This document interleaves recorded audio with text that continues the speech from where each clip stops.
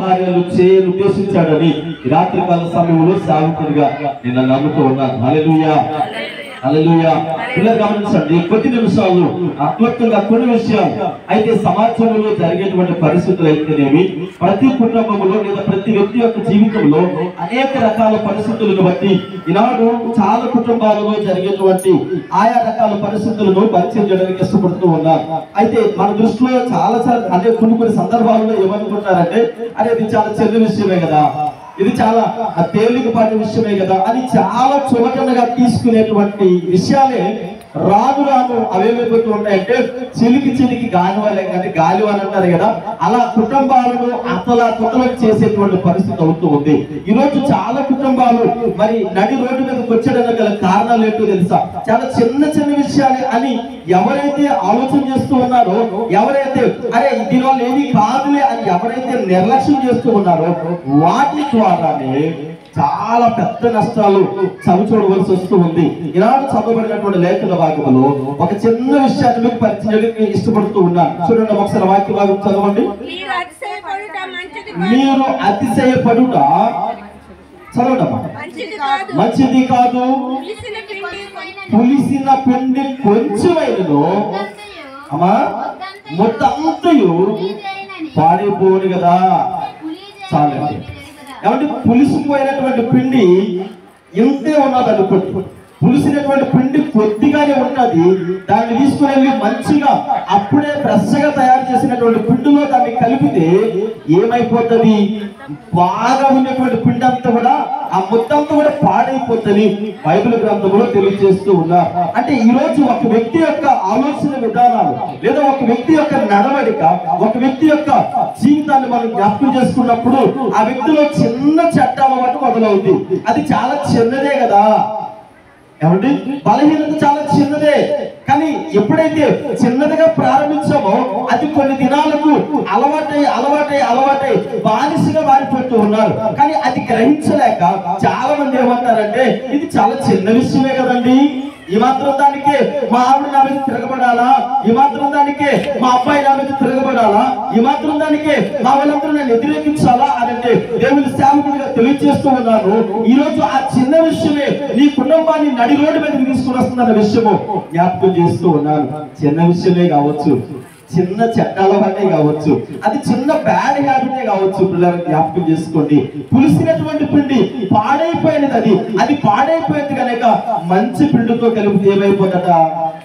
పాడైపోతుంది. మీకు తెలుసు కదా, ఇన్నెడు పాలులోని ఒక చిన్న ఏ చుట్ట పులుపు పడితే ఆ పాలు ఏమైపోతాయి అంటే ఆలోచన చేయండి.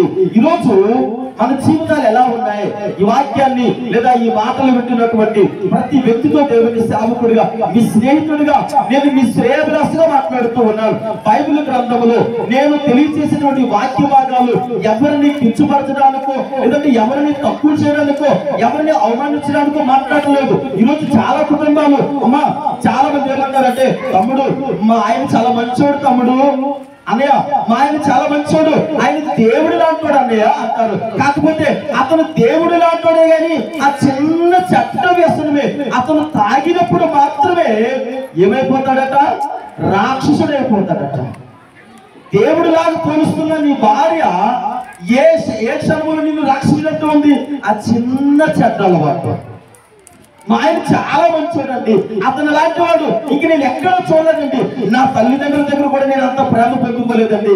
కాకపోతే ఎప్పుడు తెలుసండి, మా ఆయనకి ఏదో చిన్న చెడ్డ అలవాటు అయింది. అప్పటి నుంచే నా దగ్గర ఎలా ఉంటున్నాడో తెలుసండి, చాలా వ్యత్యాసంగా ఉంటున్నాడండి. ఏంటంట? పులిసినటువంటి పిండి, చెడ్డ అలవాటు, అంటే చెడు సహవాసాలు, చెడ్డ స్నేహితులతో సంబంధాలు, ఇవన్నీ కూడా ఒక వ్యక్తి యొక్క జీవితాన్ని ఎక్కడికి తీసుకుని వెళ్తున్నాయో తెలుసా? యేసుక్రీస్తు ప్రభువు వారు చెప్పేది ఏంటో తెలుసా? మంచి మార్గంలో నడవండి అని చెడు మార్గంలో విడవండి. ఇది మాత్రమే తెలియజేస్తున్నాడు దేవుని సేవకుడిగా. ఈ రాత్రికాల సమయంలో ఏ మార్గంలో నడుస్తూ ఉన్నారు? అయ్యా చిన్న చట్టాలు పట్టే కదా, ఏం పర్వాలేదులే, ఏమో ఈ రోజు చేసిన మానేద్దాములే అని ప్రారంభించావా? ఈ రోజు చేద్దాం, ఈసారికే మళ్ళా రేపు నుంచి నేను చెయ్యను అని మొదలు పెట్టిన నీవు దానికి బానిసగా మారిపోతూ ఉన్నావు. ఆలోచన చేయండి పిల్లలు. చూడండి, ఇక్కడ పౌలు గారు చెబుతూ ఉన్నారు, అంటే ఇంత చక్కటి చక్కటి మాటలు ఏంటంటే ఆయన అంటారు కదా, అయ్యా మా ఇంట్లో యజమానుడు ఎంత మంచోడు అంటే మరి ఆయన దేవుడితో పోలుస్తున్నాను అన్నారు. మరి నేను అంటాను, మనుషులు ఎవరు కూడా చెడ్డవారు కాదండి. ప్రపంచంలో ఉండేటువంటి ప్రతి వ్యక్తి కూడా మంచి లక్షణాలతో పుట్టినవారు. ఎవరు కూడా మూర్ఖుడు గాను లేదా శాడిస్ట్ గాను లేదంటే చెడ్డ అలవాట్లు కలిగిన వాడు ఈ లోకంలో ఏ వ్యక్తి కూడా చెడ్డవాడు కాదు. ప్రతి వ్యక్తి మంచివాడే. కానీ నిన్ను చెడ్డవాడిగా మార్చేది ఏంటో తెలుసా? ఆ చిన్న చెడ్డ వ్యసనము. చూద్దాంలే, ఒక్కసారి చూద్దాం అని అలవాటు చేసుకున్నావు. ఆ చెడ్డ చిన్న అలవాటే మంచిగా ఉన్న నిన్ను మూర్ఖుడిగా మార్చేసింది. చిన్న అలవాటు చిన్నదే, కానీ రిజల్ట్ ఎంత ఉందో తెలుసా? చాలా భయంకరంగా ఉంది. చూడండి, నేను ఇక్కడ మీకు ఒక మాట తెలియజేస్తాను. చైనా దేశంలో ఒక విమానము బయలుదేరిందట. తైమా అనేటువంటి ప్రాంతం నుండి బ్యాంకాక్ కి ఒక విమానం బయలుదేరింది. చైనా దేశంలో తైమా అనేటువంటి ప్రాంతం నుండి బ్యాంకాక్ అనే ప్రాంతానికి ఒక విమానం బయలుదేరుతారు. జనరల్ గా ఒక విమానం ఎయిర్పోర్ట్ నుంచి బయలుదేరేటప్పుడు ప్రముఖులు ఉంటారు, పాసింజర్స్ ఉంటారు, వాళ్ళందరూ కూడా అనేక దేశాలు ప్రజలు ఉంటారు కనుక ఆ విమానం బయలుదేరడానికి ముందుగా దానికి సంబంధించినటువంటి ఆ ఇంజిన్ కి సంబంధించినటువంటి ఇంజనీర్ ఎవరైతే ఉన్నారో, ఆ దానికి సంబంధించినటువంటి వ్యక్తులు ఎవరైతే ఉన్నారో ఆ టెక్నీషియన్స్ అందరూ కూడా వచ్చి ఆ విమానాన్ని 1కి 10 సార్లు చెక్ చేస్తారు. ఇంజిన్ కరెక్ట్ గా ఉందా లేదా, అందులో డీజిల్ లెవెల్ ఎంత ఉంది, అసలు అన్ని పనిచేస్తూ ఉన్నాయా, ఎలా ఉంది అని చాలా జాగ్రత్తగా పరిశీలన చేస్తారట. ఈ తైమా అనే ప్రాంతం నుండి బ్యాంకాక్ బయలుదేరినటువంటి విమానంలో 225 మంది పాసింజర్లు ఉన్నారు. ఎంతమంది అండి? 225 మంది పాసింజర్లు ఉన్నారు. ఆ టెక్నీషియన్ వచ్చాడు, ఇంజనీర్ వచ్చాడు, ఆ ఫ్లైట్ దగ్గరకు వచ్చాడు, అంతా చెక్ చేసేటట్ట. అంటే కంటికి కనబడలేనంత తలంటికి అంత సన్నటి గీత ఒక చిన్న బీట కనబడిందట. తలెంటులా ఉందా బీట? అరే పర్లేదులే, 75 పొడవునటువంటి ఈ విమానము ఎంత ఉంది?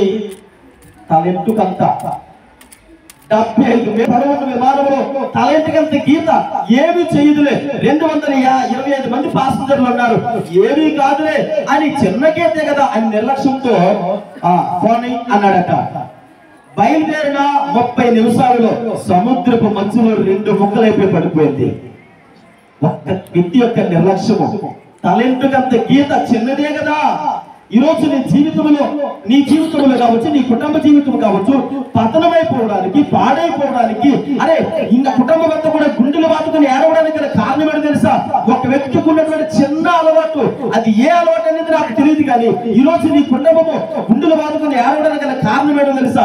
అయ్యా నా కొడుకు చాలా మంచోడయ్యా, నా భర్త చాలా మంచోడయ్యా, అయ్యా ఇదిగో నా భార్య చాలా మంచోడయ్యా అనేటువంటి సాక్ష్యం ఇచ్చే నీ కుటుంబంలో నుండి ఒకనొక దినం వచ్చినప్పుడు అరే ఇలాంటి వైఖరి ఎందుకుంది కూడా కారణం ఏంటో తెలుసా? చిన్న చెడ్డ అలవాట్లు, చిన్న వ్యసనాలు. అదేదో సరదా కోసం ప్రారంభించామో, లేదంటే అందరిలాగా నేను కూడా అలా లోకాన్ని ఒకసారి చూసొద్దామని ప్రారంభించామో నాకు తెలియదు, కానీ పుట్టుకలో మంచిగానే పుట్టించాడు దేవుడు. వ్యక్తులు చెడ్డోడని చెప్పడానికి లేదు అసలు. ఎందుకో తెలుసా? ఒకవేళ వ్యక్తి చెడ్డోడంటే దేవుడు ఖచ్చితంగా చెడ్డోడై ఉండాలి. ఎందుకంటే దేవుడు అంటాడు, మనుషుని నా పోలికలో తయారు చేసుకున్నాను, నా స్వరూపంలో తయారు చేసుకున్నాను. దేవుడి యొక్క జీవాత్మను ఆయన మనలో ఉంటాడు కనుక మనల్ని మంచిగానే తయారు చేశాడు దేవుడు. కాకపోతే లోకానికి వచ్చిన తర్వాత దౌర్భాగ్యం స్థితికి అలవాటు పడిపోతూ ఉన్నాము. లోకంలో అనేక వ్యసనాలకు అలవాటు పడిపోతూ ఉన్నాము. వాటికి బానిసలైపోయి కుటుంబ వ్యవస్థను తీసుకుని వెళ్ళి నడి రోడ్లో కూర్చోబెడుతున్నాము. వెనక్కి తిరిగి చూసుకుంటే ఎలా ఉంటుందో తెలుసా? అరే తలెత్తుకోలేనటువంటి పరిస్థితి, సంతోషం లేనటువంటి కుటుంబాలు, సమాధానం లేనటువంటి కుటుంబాలు. ఈ రాత్రికాల సమయంలో దేవుని సేవకుడిగా హెచ్చరిక పూర్తిగా తెలియజేస్తూ ఉన్నాను. నీలో చిన్న అలవాటే ఒకవేళ సరదా కోసం ప్రారంభిస్తే అది నీ కుటుంబాన్ని ఎక్కడికి తీసుకెళ్తుందో ఒకసారి ఆలోచించు. ఒక వ్యక్తి యొక్క నిర్లక్ష్యము 225 మంది జీవితాలు నిర్దాక్షిణ్యంగా చనిపోయారు. హల్లెలూయా. ఏం చేయాలనుకుంటూ ఉన్నారు? అయ్యా ఆలోచన చేస్తూ ఉన్నారా? నేను అనుకుంటున్నాను చాలా మంది అంటారు యేసు ప్రభు వారి గురించే చెప్తున్నారండి. యేసు ప్రభు వారి గురించి చెప్పడానికి ఇక్కడ ఏమీ లేదండి. ఒక కుటుంబాన్ని కట్టుకోమని చెబుతూ ఉన్నాం, ఒక వ్యక్తి యొక్క జీవితాన్ని బాగు చేసుకోమని చెబుతూ ఉన్నాం. అయ్యా నీ బ్రతుకులో ఏది నేను పాడు చేస్తూ ఉందో ఈ రోజు నేను అనుకుంటున్నా, టీవీ దగ్గరికి వెళ్తే టీవీలో ఏం నడుస్తుందో తెలుసా? ఇదిగో తాగుడు మానాలనుకుంటున్నారా, ఇది వాడండి అంటారు. అది తాగి వీళ్ళు అనుకుంటారు బాగా అలవాటు ఉంటారు, టీవీ ముందు కూర్చొనుకుంటారు, ఇలాంటి బాటలు ఎన్ని తాగాను ఇది మనకు పని చేయదు అంటాడు. నేనంటాను ఇలాంటి తైలాలకి సెట్ అవ్వేమో కానీ నా యేసయ్య తెలుసుకుంటే 10 నిమిషాల్లో దేవుడు సెట్ చేస్తాడు. హల్లెలూయా. హల్లెలూయా. ప్రపంచంలో మనకంటే తల తిరిగిన వారు, కొమ్ములు తిరిగిన వారు, మూర్ఖులుగా భయంకరులుగా తిరిగిన వారిని సైతము కొమ్ములు వంచి ఆయన పాదముల చెంత కూర్చోబెట్టిన కలిగిన వాడు. హల్లెలూయా. మైకిల్ విజయ్ కుమార్ గారని రాయలసీమలో భయంకరమైనటువంటి వ్యాక్సినిస్ట్, ఆయన చాలా భయంకరమైనటువంటి వ్యాక్సినిస్ట్. ఆయన ప్రాంతంలో ఉన్నంత కాలము, జమ్మలపడి ప్రాంతంలో ఆయన ఉన్నంత కాలము మరి రౌడీజం ఎంత భయంకరంగా ఉండేదంటే చాలా భయంకరమైన రీతిలో ఉండేది. ఒకరోజు చాలా సందర్భాల్లో మరణం నుంచి తప్పించబడ్డాడు. ఒకరోజు